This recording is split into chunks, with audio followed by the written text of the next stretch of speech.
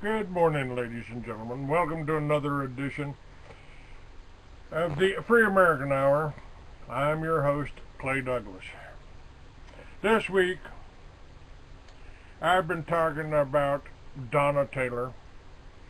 I've been talking about Mark Taylor.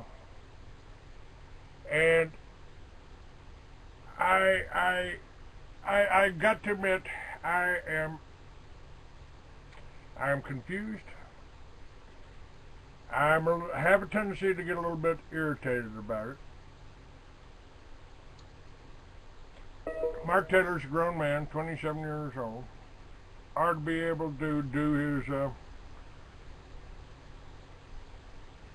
take care of his own business. He wrote a book. You can go to the links to Donna Taylor's story on my site and see Mark as I met him. Nothing wrong with it. A survivor. And now he's able to communicate. He's starting to be able to communicate again. And I've had words, and again, let me extend my apologies to Wesley Hoyt. I think Wesley has done a good job of representing Donna up to this point. There's only a couple of things I disagree with. Personally, I think the pharmaceutical industry is vile. I think they are part of a plot to destabilize, take over, drain Americans' money, drain Americans' willpower, dumb you down. Whether you're on Valium or Zoloft or whatever your doctor is prescribing you, I don't think it's the best thing for you. And the information that is coming out, we've talked about the pharmaceutical industry, we've talked about the markups there, and I've tried to tell you it's going to get worse. They're going to start incarcerating people. You're crazy. You believe in conspiracy theories. You must be crazy.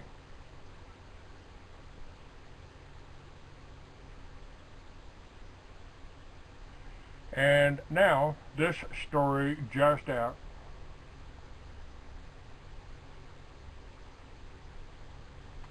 We're talking about, and it's happening up on even on your Republican presidential debates. Michelle Bachmann, Rick Perry are sparring over mandated shots. This story just out. Gardasil, the controversial drug that took the earlier Republican presidential debates by storm, is back in the news as the newly unearthed documents reveal 26 additional deaths caused by the shot designed to help prevent young women from getting a sexually transmitted disease that can lead to cervical cancer. Judicial Watch, a public interest group, has obtained documents through the Freedom of Information Act from the Food and Drug Administration detailing reports of harmful reactions to the vaccination for human papillomavirus known as HPV. Wow, that's really a great name for a new disease that doesn't exist. The adverse reaction reports detailed 26 new deaths between September 1st, 2010 and September 15th, 2011, as well as incidents of seizures, paralysis, blindness, pancreatitis, speech problems, short-term memory loss, and Guillain-Barré syndrome. According to the documents, adverse Gardasil events reported to the FDA include Information was received from the patient's mother considering her healthy 14-year-old daughter, who was actually vaccinated with the first, second, and third dose of Gardasil. The patient experienced several symptoms, including numbness, a tingling in her fingers and toes, and fatigue, a really hard time falling asleep, urinary tract infection, ovarian cyst, moody, trouble getting out of bed, and seizures. The patient had upwards of 150 seizures following her third shot in 2008. During her seizures, she stopped breathing for periods of 30 to 40 seconds. It goes on and on and on. And the Gardasil controversy got national attention during the presidential debates as candidates hammered Texas Governor Rick Perry over his 2007 executive order to vaccinate girls in the Lone Star State, to have innocent little 12-year-old girls to be forced to have government injections through an executive order is just flat out wrong, Michelle Bachmann said. And Pennsylvania Senator Rick Santorum took aim at Perry's inoculation push. This is big government run amok. And he got applause for that. It's bad policy, should not have been done. Perry said he regretted his decision to push for the vaccine use using an executive order, but said he was standing up against cancer. Bullshit. If they were standing up against cancer, they'd give us the right food. They would give us, let us have hemp. So let's go back and see what's happening. My guest today was supposedly got a job at the Federal Reserve. So has been a guest on my show, was a writer, has been a writer, been an activist for a long time. Don't know what happened to him. Sorry about that. But, you know, I've given a lot of thought here to what has happened in the past. If you don't understand what's happened in the past, you certainly won't know what's going to happen in your future. And I see a scary future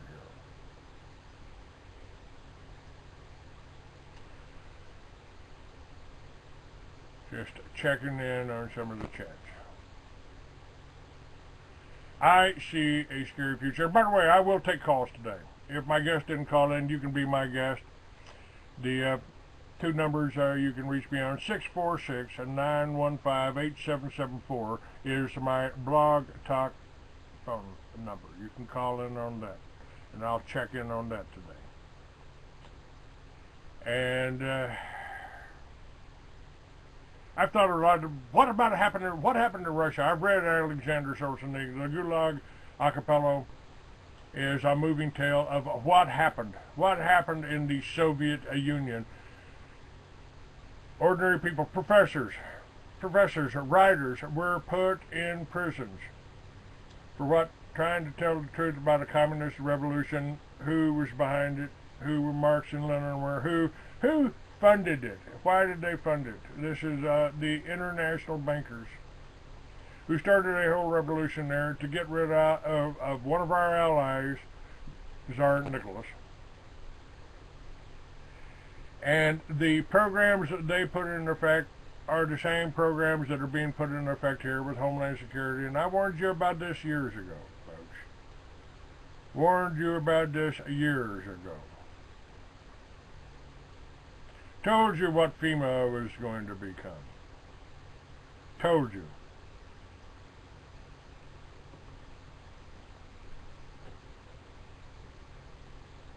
Told you what FEMA, in case of a single outbreak of smallpox, we'll need 400,000 well-armed, well-trained, organized, disciplined troops to control the American people, because some of them won't follow orders.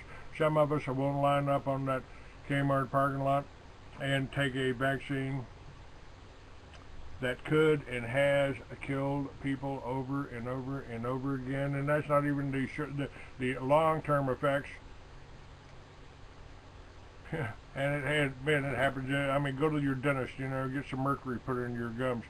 You know, one drop of that mercury could poison the whole lake, but you got it in your mouth. You know, and oh man, I walk into Walmart, I walk into Walgreens down here, or actually Safeway. In Safeway now, get your vaccines. Get your vaccines. Step right up and get your mercury right here, right here. The last vaccine I took was in 1964, and I was in the hospital for a month after that. I almost died.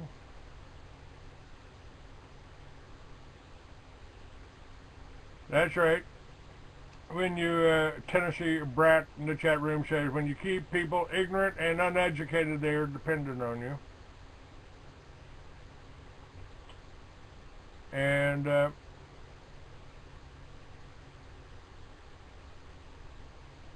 they're building up excuses. This is drug warfare. This is weapons of mass destruction, and vaccines are listed as weapons of mass destruction. And you got a governor, another Texas government running for, you know, God help you in Texas. You need to support the Texas nationalist movement. And time to do something. Well, you know, these things, these tea parties, they're going out there and they're doing some good work. They're waking up people something about a few issues. Walk around the park. You got 10 groups here.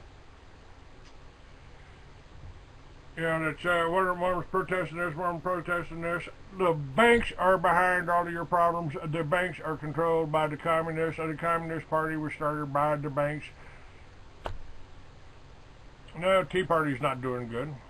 None of these things are necessarily doing good. These are psychological operations. It's controlled opposition. And what they want to do is put you at odds with the police. So that's what's really going on here.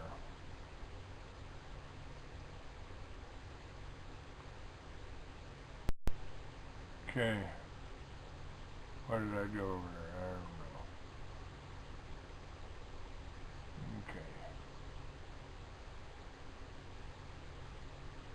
know. Okay. Here's what I wanted to do.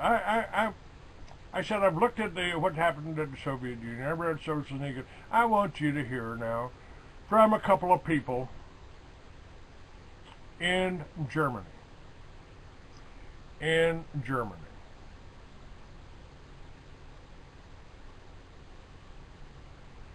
And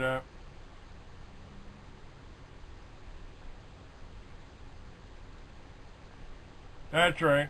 Yeah, there were people going into Citibank to try to close their account. They were arrested. Yes. Yes, that happened. But they said it wasn't because they were trying to close the account. They were just creating a thing. They were blocking the Wayfair. You know, they've kicked me out of banks before when I because you know, I deposited a forged check. How did I know it was forged? I said, I'm not Christian, man. I can't hold it up against my head. But the police work for the banks. The CIA works for the banks. The Mexican drug dealer works for the banks. It's just that simple. It's just that simple. And these words here are 80 years old. They came from Germans who stood up against the banksters over the last century and paid for it heavily. I think when you hear what they're concerned about 80 years ago, you're going to ask yourself, did we fight on the wrong side in World War II?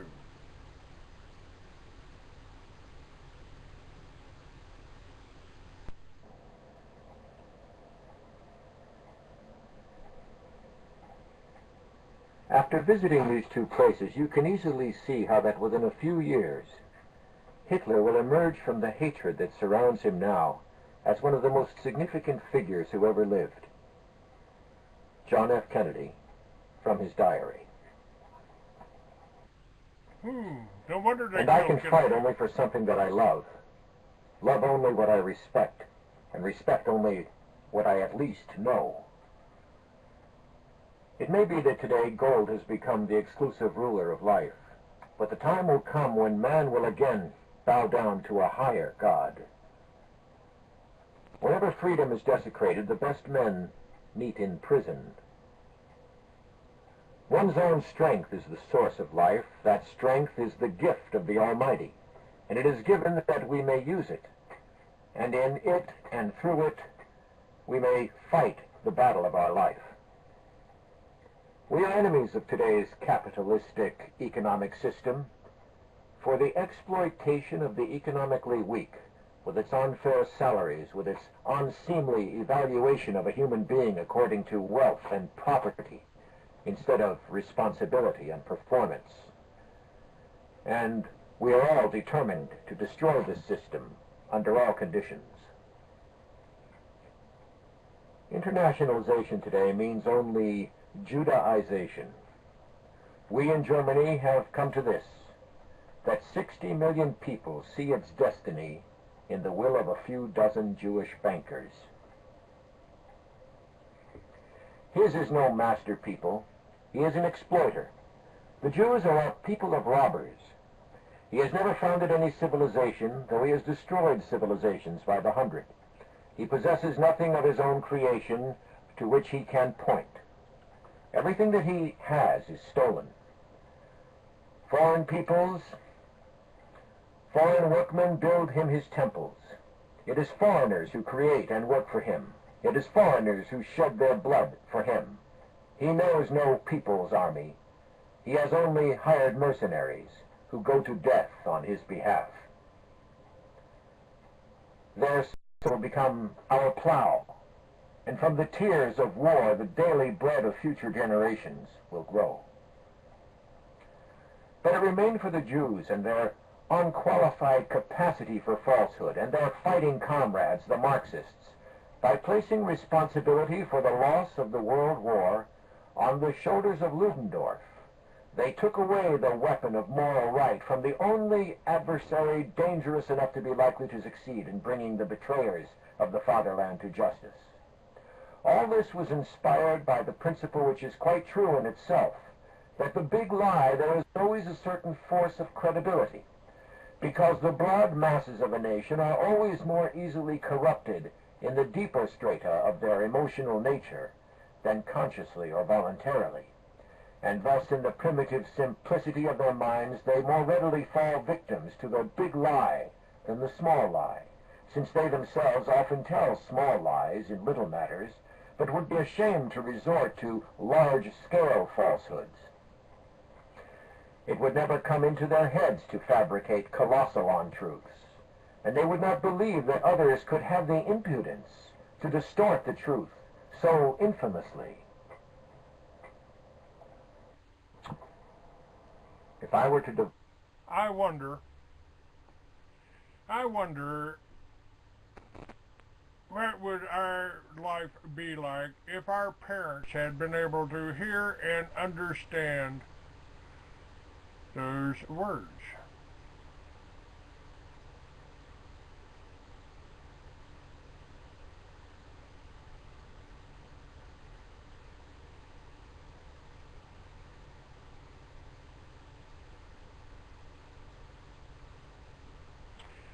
You know, this whole overpopulation thing, they run you into the cities so you can get jobs in the factories, in the offices, in the buildings there to keep this whole banking agenda going.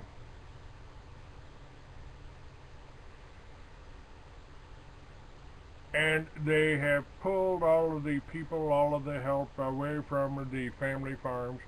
Suddenly those weren't good occupations to be in. And in doing so, they've taken your freedom and liberty away. You know, it doesn't mean you gotta live and work on the farm.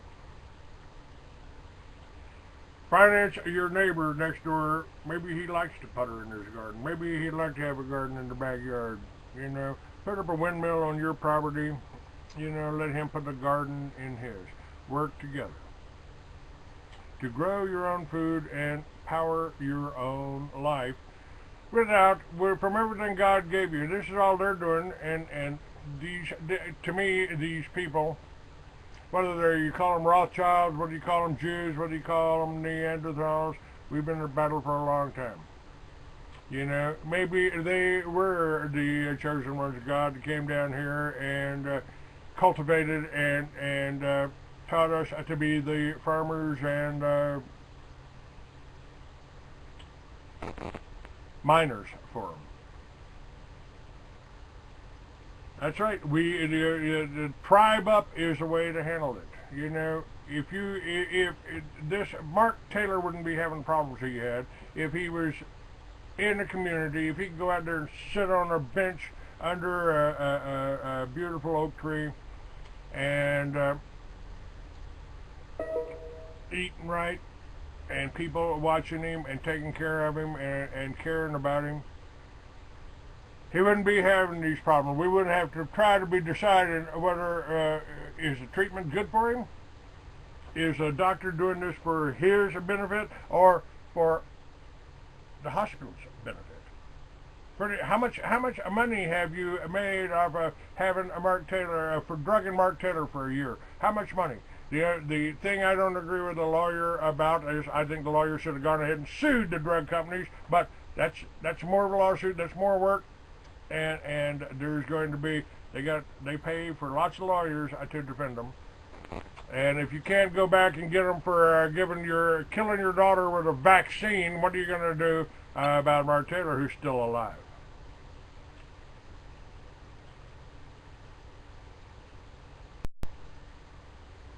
And how about we organize 1 million people together to concentrate on one politician? Well, we've tried that. We've tried to do the problem is the media is so controlled.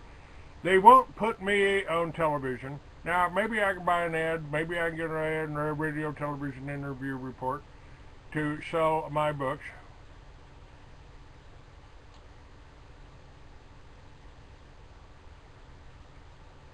Tennessee Brat says, society is breaking down. When I go in town, people look angry. Everybody is in too big of a hurry. They're impolite and rude because they're so stressed and agitated.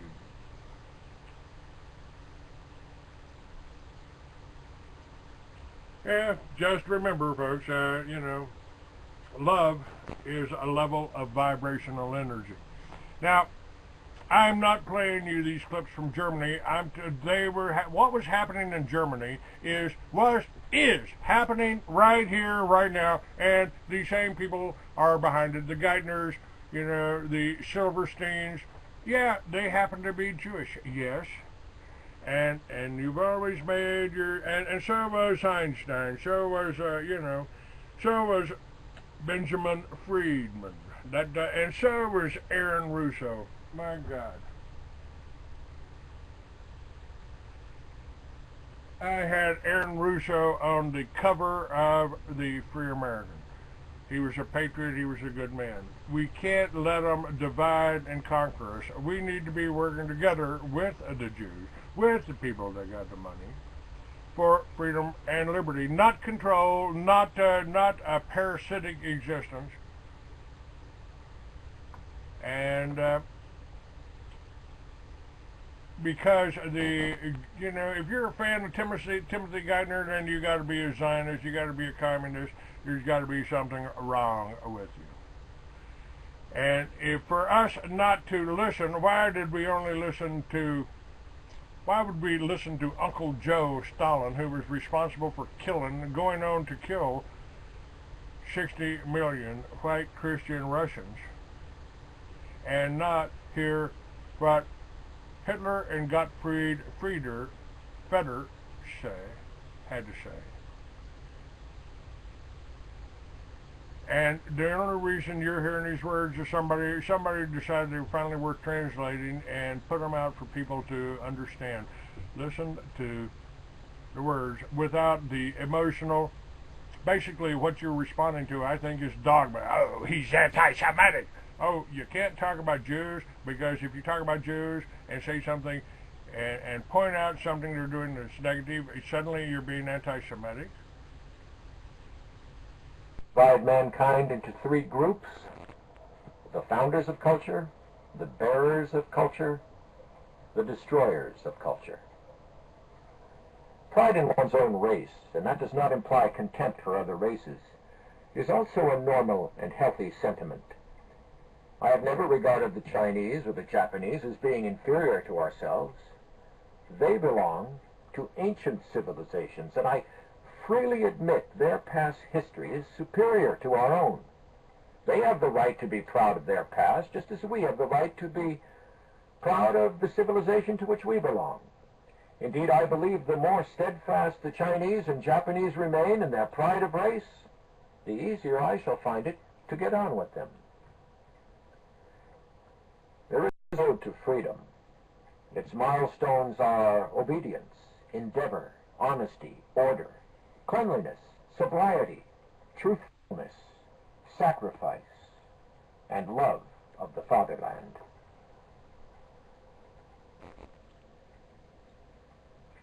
Give me 10 years, and you will not recognize Germany. National Socialist Germany wants peace because of its fundamental convictions, and it wants peace also owing to the realization of the simple primitive fact that no war would be likely essentially to alter the distress in Europe.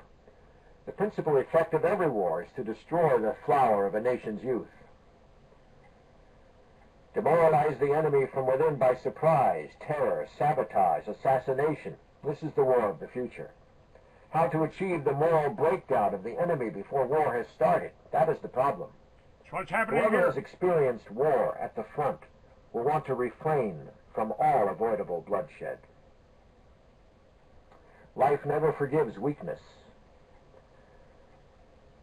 Germany needs peace and desires peace. England, unlike in 1914, will not allow herself to blunder into a war lasting for years. Such is the fate of rich countries. Not even England has the money nowadays to fight a world war. What should England fight for? You don't get yourself killed over an ally. People have killed only when they could not achieve their aim in other ways. There is a broadened strategy with intellectual weapons. Why should I demoralize the enemy by military means if I can do so better and more cheaply in other ways?